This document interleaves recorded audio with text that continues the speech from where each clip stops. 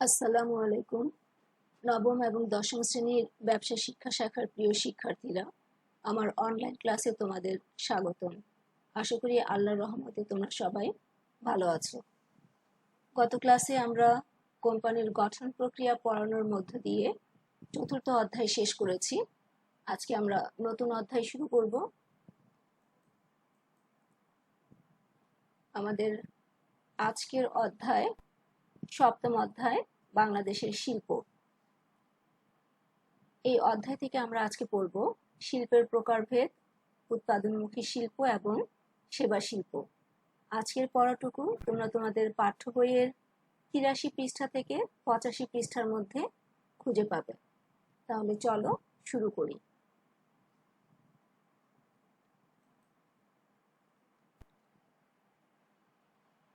সপ্তম অধ্যায়, বাংলাদেশের শিল্প।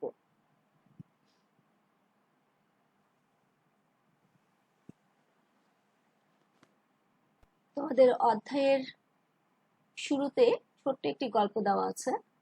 গল্পটি আমি পড়ছি, তোমরা মন দিয়ে শোনো। নাফিসের বড় চাচা ছাতক সিমেন্ট কারখানার একজন ইঞ্জিনিয়ার। স্কুলের ছুটিতে নাফিস তার পিতামাতা ও ভাই বোনের সাথে চাচার কাছে বেড়াতে গেল। চাচা তাকে এবং তার চাচাতো ভাই বোনদেরকে সিমেন্ট কিভাবে তৈরি হয় তা দেখাতে নিয়ে গেলেন। নাফিস দেখল সেখানে হাজার হাজার পাথরের সমাবেশ। তার চাচা জানালো, প্রতিদিন ভারত সীমান্ত থেকে অগণিত পাথর এখানে আসছে। এই সকল পাথরই হচ্ছে সিমেন্ট তৈরির কাঁচামাল। একটু খেয়াল করো, এই লাইনের কয়েকটি শব্দ আমি আন্ডারলাইন করেছি। শব্দগুলো হচ্ছে পাথর, সিমেন্ট তৈরির কাঁচামাল।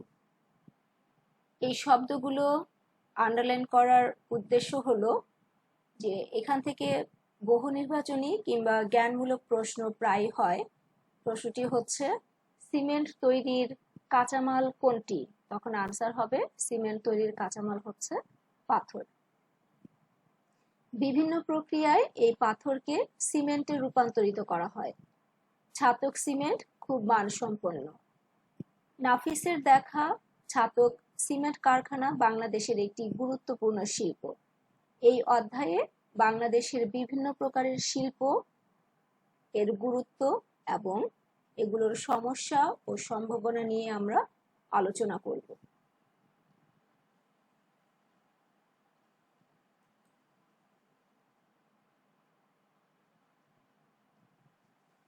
শিল্পের প্রকারভেদ, ক্লাসিফিকেশন অফ ইন্ডাস্ট্রি। সাধারণত ব্যাপক মূলধন সামগ্রী ব্যবহার করে কারখানাতে কাঁচামাল বা প্রাথমিক দ্রব্যকে মাধ্যমিক বা চূড়ান্ত দ্রব্যে রূপান্তর করার প্রক্রিয়াকে শিল্প বলা হয়। খেয়াল করো, এই লাইনটি আমি ব্র্যাকেটের ভিতরে রেখেছি। এখান থেকে তোমরা শিল্প কি বা শিল্প কাকে বলে এই প্রশ্নের উত্তর লিখতে পারবে। শিল্প কাকে বলে এই প্রশ্নের উত্তরটি তোমরা প্রথম অধ্যায়েও শিখেছিলে। প্রথম অধ্যায়ের সংজ্ঞাটি একটু অন্যরকম ছিল। সেই সংজ্ঞাটি ছিল, যে প্রক্রিয়ায় প্রকৃতি থেকে সম্পদ সংগ্রহ, কাঁচামালের রূপান্তর বা প্রক্রিয়াজাতকরণের মাধ্যমে মানুষের ব্যবহার উপযোগী পণ্যে পরিণত করা হয়, তাকে শিল্প বলে। তোমরা শিল্পের প্রথম অধ্যায়ের সংজ্ঞাটিও শিখতে পারো, আবার এই সপ্তম অধ্যায়ের সংজ্ঞাটিও শিখতে পারো।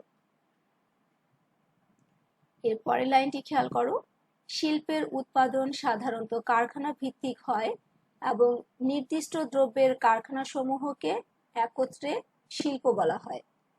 এই লাইনটি আমি আন্ডারলাইন করেছি, এখান থেকেও প্রশ্ন প্রায় হয়। সেটি হচ্ছে, কোনটির উৎপাদন সাধারণত কারখানা ভিত্তিক হয়? তখন আনসার হবে শিল্পের উৎপাদন সাধারণত কারখানা ভিত্তিক হয়।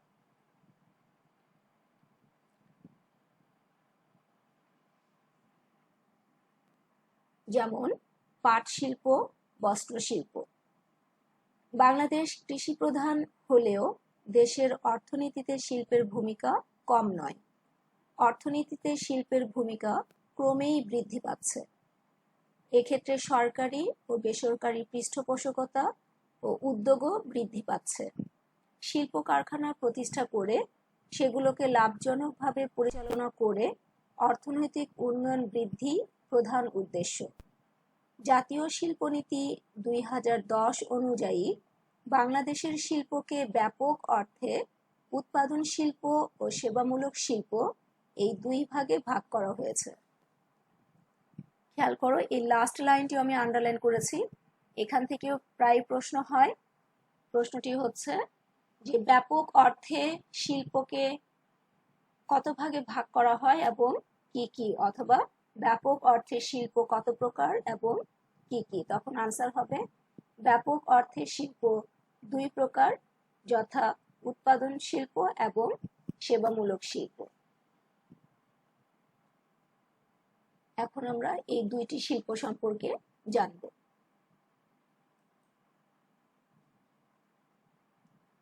উৎপাদনমুখী শিল্প, যাকে ইংরেজিতে বলা হয় ম্যানুফ্যাকচারিং ইন্ডাস্ট্রি। পণ্য উৎপাদন, প্রক্রিয়াজাতকরণ, সংযোজন এবং পরবর্তীতে উৎপাদিত পণ্যের পুনঃসামঞ্জস্যকরণ ও প্রক্রিয়াকরণ বিষয়ক সকল প্রকার শিল্প উৎপাদনমুখী শিল্পের অন্তর্গত। উৎপাদন শিল্পে খেয়াল করো, এই সেকেন্ড লাইন থেকে আমি ব্র্যাকেট শুরু করেছি এবং শেষ করেছি এই প্যারার একদম শেষে, অর্থাৎ উৎপাদনমুখী শিল্পের উদাহরণ, ওখানে আমি ব্র্যাকেট শেষ করেছি। ব্র্যাকেট দেওয়ার অর্থ হলো যে এর মধ্য থেকে তোমরা উৎপাদনমুখী শিল্প বলতে কি বোঝায় এই প্রশ্নের উত্তর লিখতে পারবে। আমি পড়ছি, খেয়াল করো। উৎপাদন শিল্পে শ্রম ও যন্ত্রের ব্যবহারের মাধ্যমে কাঁচামালকে প্রক্রিয়াজাত করে পরিণত পণ্যে রূপান্তর করা হয়। এই লাইনটি আমরা একটু ঘুরিয়ে লিখলেই উৎপাদনমুখী শিল্পের সংজ্ঞা হয়ে যাবে। যেমন খেয়াল করো, যে শিল্পে, এখানে উৎপাদন শিল্পে না লিখে আমি যদি লিখি যে শিল্পে শ্রম ও যন্ত্রের ব্যবহারের মাধ্যমে কাঁচামালকে প্রক্রিয়াজাত করে পরিণত পণ্যে রূপান্তর করা হয়, তাকে উৎপাদনমুখী শিল্প বলে। এর পরের লাইনটি ঠিক থাকবে। বস্ত্র শিল্প, চিনি শিল্প, পাট ও পাটজাত শিল্প, সার শিল্প, সিমেন্ট শিল্প, চামড়া শিল্প, জাহাজ নির্মাণ শিল্প এবং রেল ও ইঞ্জিনিয়ারিং শিল্প উৎপাদনমুখী শিল্পের উদাহরণ। তোমাদের বইতে উৎপাদনমুখী শিল্পের একটি ছবি দেওয়া আছে। ছবিটি হচ্ছে উদীয়মান জাহাজ নির্মাণ শিল্প, অর্থাৎ জাহাজ নির্মাণ শিল্পের একটি ছবি দিয়েছে।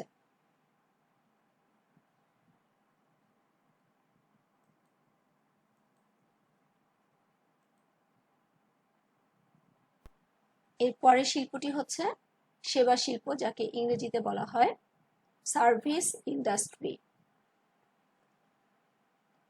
যন্ত্রপাতি কিংবা স্থায়ী সম্পদ বা মেধা সম্পদের ব্যবহারের মাধ্যমে যে সকল সেবামূলক কর্ম সম্পাদিত হয়, এখানে কর্ম না লিখে তোমরা কাজ লিখতে পারো, যে সকল সেবামূলক কাজ সম্পাদিত হয় সেই সব শিল্প প্রতিষ্ঠান সেবামূলক শিল্পের অন্তর্ভুক্ত। এই লাইনটিও আমরা একটু ঘুরিয়ে লিখলে সেবা শিল্পের সংজ্ঞা হয়ে যাবে। যেমন খেয়াল করো, যে শিল্পে যন্ত্রপাতি কিংবা স্থায়ী সম্পদ বা মেধা সম্পদের ব্যবহারের মাধ্যমে সেবামূলক কাজ সম্পাদিত হয় তাকে সেবা শিল্প বলে।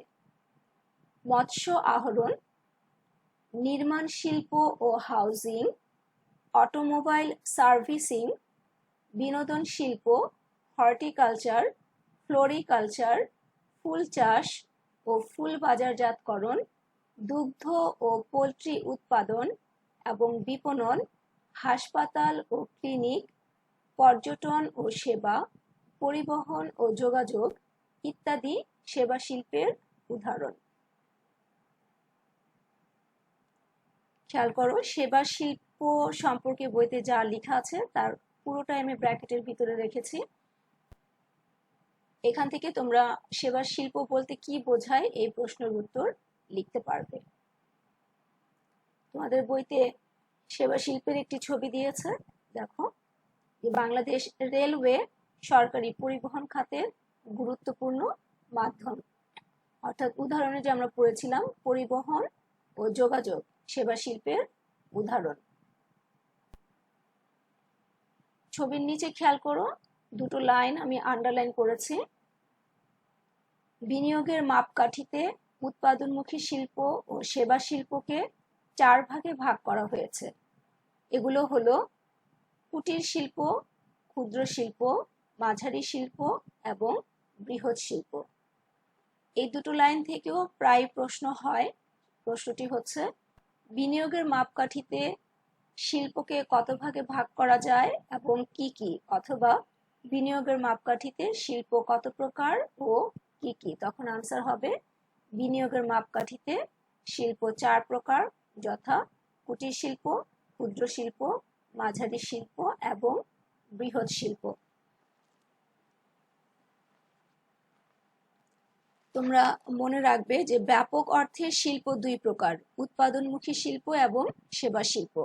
আর বিনিয়োগের মাপকাঠিতে শিল্প 4 প্রকার, যথা কুটির শিল্প, ক্ষুদ্র শিল্প, মাঝারি শিল্প এবং বৃহৎ শিল্প। আচ্ছা, সেবা শিল্পের উদাহরণের মধ্যে দুটো শব্দ নিয়ে নিশ্চয়ই তোমাদের মনে প্রশ্ন দেখা দিয়েছে। সেই শব্দ দুটো হচ্ছে হর্টিকালচার এবং ফ্লোরিকালচার।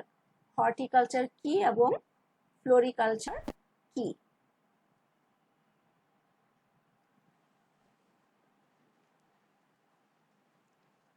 হর্টিকালচার কি আমি বলছি, একটু মন দিয়ে শোনো তোমরা।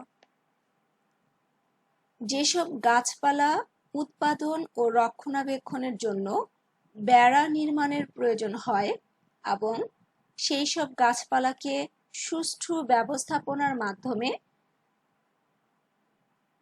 বেড়ে তোলাকে নির্দেশ করে তাকে হর্টিকালচার বলে।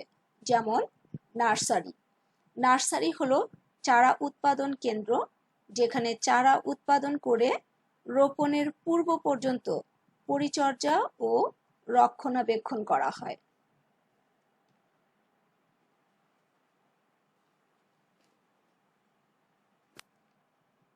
ফ্লোরিকালচার কি? শোভা বর্ধনের জন্য বা সৌন্দর্য বর্ধনের জন্য বা শোভা বর্ধনের উদ্দেশ্যে ফুল বা ফুল গাছের চাষ করাকে ফ্লোরিকালচার বলে। এই হর্টিকালচার এবং ফ্লোরিকালচার দুটোর মধ্যে পার্থক্য বা কিংবা এই দুটো শব্দ ভালোভাবে বোঝার জন্য আমি কিছু ছবি দিয়েছি, ছবিগুলো তোমরা একটু দেখো। হর্টিকালচার অর্থাৎ নার্সারির ছবি দেওয়া হয়েছে এখানে, যেখানে চারা উৎপাদন করা হয় এবং এই চারা ক্রেতাদের কাছে বিক্রি করা হয়, বিভিন্ন ধরনের গাছের চারা। ফ্লোরিকালচার ফুল বা ফুল গাছের চাষ করাকে ফ্লোরিকালচার বলা হয়। সৌন্দর্য বা শোভা বর্ধনের উদ্দেশ্যে ফুল বা ফুল গাছের চাষ করাকে ফ্লোরিকালচার বলে।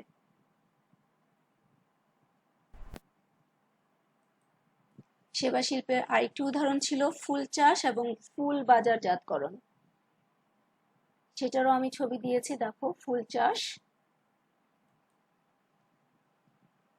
ফুল বাজারজাতকরণ। অর্থাৎ যে ফুল চাষ করলো সেখান থেকে ফুল তুলে এনে বাজারে বিক্রি করা হচ্ছে।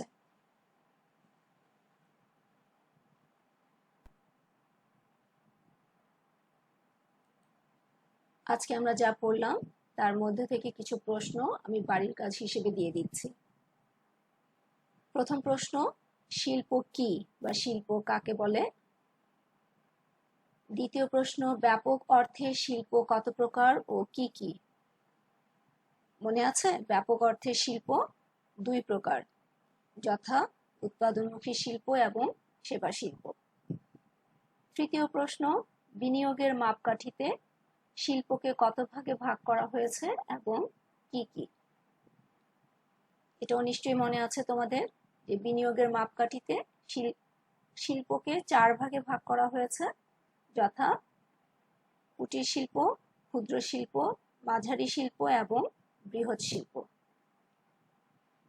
1, 2, 3 এই প্রথম তিনটি প্রশ্ন তোমাদের জ্ঞানমূলক প্রশ্ন হিসেবে আসে, আর পরের 2টি প্রশ্ন অর্থাৎ 4 নাম্বার এবং 5 নাম্বার প্রশ্ন দুটো অনুধাবনমূলক প্রশ্ন হিসেবে আসে। আবার অনেক সময় প্রয়োগের প্রশ্নেও আসে, যে কিছু ক্লু দেওয়া থাকে এবং প্রয়োগের প্রশ্নে বলা হয় যে উদ্দীপকে কোন ধরনের শিল্পের কথা বলা হয়েছে। চতুর্থ প্রশ্নটি দেখো, উৎপাদনমুখী শিল্প বলতে কি বোঝায়? এবং সর্বশেষ প্রশ্নটি হচ্ছে সেবা শিল্প বলতে কি বোঝায়? আশা করি আজকের পড়াটুকু সবাই বুঝতে পেরেছ। বাড়ির কাজ হিসেবে যে প্রশ্নগুলো আমি দিলাম, এই প্রশ্নগুলো অবশ্যই বাসায় শিখবে। এতক্ষণ আমার সাথে থাকার জন্য তোমাদের সবাইকে অসংখ্য ধন্যবাদ। সবাই ভালো থেকো, সুস্থ থেকো, নিরাপদে থেকো, এই প্রত্যাশায় আজকের মতো এখানেই শেষ করছি। আল্লাহ হাফেজ।